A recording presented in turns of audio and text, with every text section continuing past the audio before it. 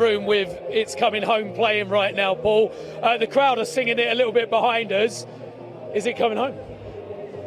I'd be shocked if it didn't go to England or France. I don't see anybody else winning it. People are telling me about all these other teams.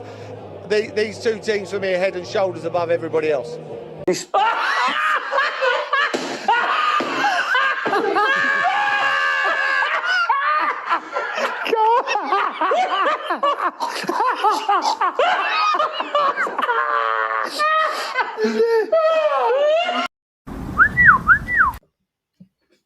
All right, bonjour, ciao.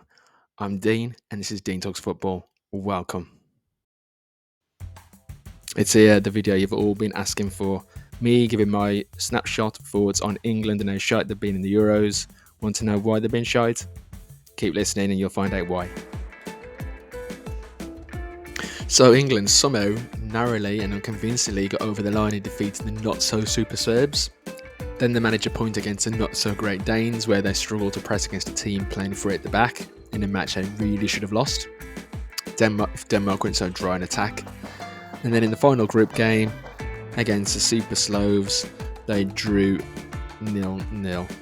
I decided to watch some paint dry at half time, and I didn't notice the difference. But still, somehow England topped the group. But that's more on their group opponents than it is England doing anything right. What I've noticed since the opening group match against Serbia is the hype has come down a notch, which has been taken over by the Southgate is shite brigade, saying things like England are boring, Southgate is clueless, and if he was a spice, he'd be flour, etc, etc. But what I'm here to tell you is Southgate is not the problem. If he leaves, are they suddenly going to start winning tournaments? I don't think so. It's not going to be that easy. England. They have a collection of some of the best Premier League big hitters amongst their ranks. Saka, Palmer, Rice, Foden, to name but a few. But they aren't a nation who can win tournaments, such as say Germany, Italy or Spain. And despite now it being doom and gloom, if England were to win their knockout game, you can bet your bollocks to a barn dance they'll be back to being the bookie's favourite, and it's all the coming home talk will kick off and the Southgate loving will begin. Going back to before a ball had been kicked at the Euros, the hype of England had been insane, but it's not a one-off, it's every damn time. I think this is twofold. One, we have the richest league in Europe in the Premier League, but it's not the best, it's just the richest and the best marketed. And two, because English is a universal language, so its coverage is spread further than that of the other nations whose language isn't as far spread across the world. The media hype them up. Many fans of clubs in the Premier League across the globe claim England's players are the best because they watch them every week playing in the Premier League, and that the league is oh so superior to that of the Bundesliga, Serie A and La Liga. Only shock results happen in the Premier League. It's the most competitive league. That doesn't happen in Spain, Germany or Italy, they believe. So what have we got? Despite England not winning anything since 1966, England are still faves to win the Euros. Man City next season will be faves to win the Champions League, despite Madrid beating them, and they now have Mbappe, Endrick and Gula, who will be unleashed next season. And Bellingham is faved to win the Ballon d'Or.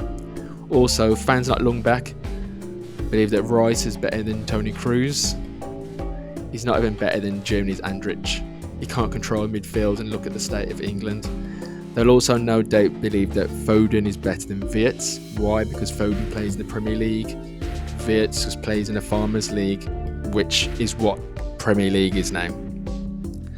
And Palmer is a better prospect than Yamal. Yamal's only 16, and he's better than Palmer. But if Wirtz and Yamal came to the Premier League, then they will love them, because now they can say they're the best in the world because they play in the Premier League, the best league in the world. Before the influx of non-English talent into the top flight of our game, the same cycle of criticism happened largely for the same underlying reasons: the underrating of most foreign players and teams, and overrating of our own. This is something that still happens in the less well-informed areas of football media and society, largely on how can the foreigners be better than us when I haven't heard of them. For example, Villa played Olympiacos in the Conference League last season, and West Ham played Leverkusen. in the Europa League.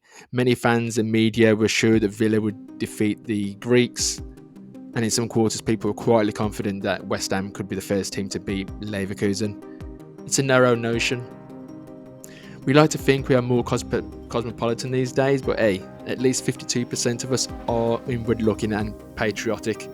Look no further than ITV comedy commentator double act Sam Matterface and Lee Dixon for that, to turn them down when they're on England on ITV. I'm sure they are waving their England flags during the games, as they are so biased. The Premier is the most cosmopolitan, drawing in players from all over the world. So while the English player has to be really good to get in the first team alongside them, it means their game is fundamentally and entirely reliant on the foreign players. Take them out of that context and they do not perform to the same standard. So playing alongside the likes of De Bruyne, for example, makes everyone look better. You can't divorce a Foden plays from Kevin, and you can't divorce a John Stones plays from Ruben Diaz, a Declan Rice from a Jorginho, and on and on it goes. So what does my crystal ball tell me? Tells me that England will go out in the Euro knockout stages, next round. Southgate will resign, a new man will take over, stating he has a plan to win and win the right way. We should all know as they build up to the World Cup in 2026, where you guessed it, they'll be one of the faves to win the World Cup, probably ahead of Argentina's Messi, Spain, Germany and co. So England have only won one major tournament, and that was in 1966. Before I was born, before you were probably born, before your father was born. It goes way, way back. And they won't win the Euros or the next World Cup anytime soon.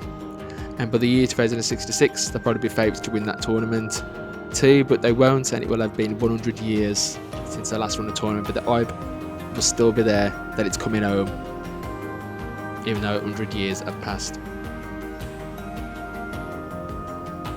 England carry the same hype as the Premier League Big Six. I like neither of them for this reason. Remember early last season when Arsenal were beating everyone in sight in the league? Supposedly the most competitive league in the world where anyone can beat anyone. But Arsenal were beating everyone 3 or 4 goals without reply. And so they said they destroyed Porto in the Champions League because they'd beaten everyone in the best league in the world. Who were Porto? Bournemouth had beat them. But they didn't score 3 or 4, did they? And that wasn't just one game, it's 2 games. Porto put on a masterclass and Arsenal only got through because of penalties. And then they come up against Bayern Munich. Bayern are on at the best, and Arsenal were knocked out. It's the same old story. No doubt Arsenal will be one of the favourites to win the Champions League again. Guys, the hype is crazy. The hype is off the scale. Over the last 50 or so years, English people, or those that just love the English players, constantly thought that the English players match up with the best of Europe has to offer and world stars. But the reality is quite different. Maybe all countries do this, but we constantly believe that players we're familiar with, that play in Premier League, are better than those that don't. To put it into an headline, for the last 20 plus years, foreigners have been making English players look better than they are in the league. But the national team, they're left on their own with no foreign allies, and the wait to win a major tournament will go on even longer before, during and after Harry Kane. Does this result suggest that maybe they're not as good as they think they are in England? No. Disappointment at the very end for England. One step Thanks for listening, guys. I hope you enjoyed the video. See you on the next video.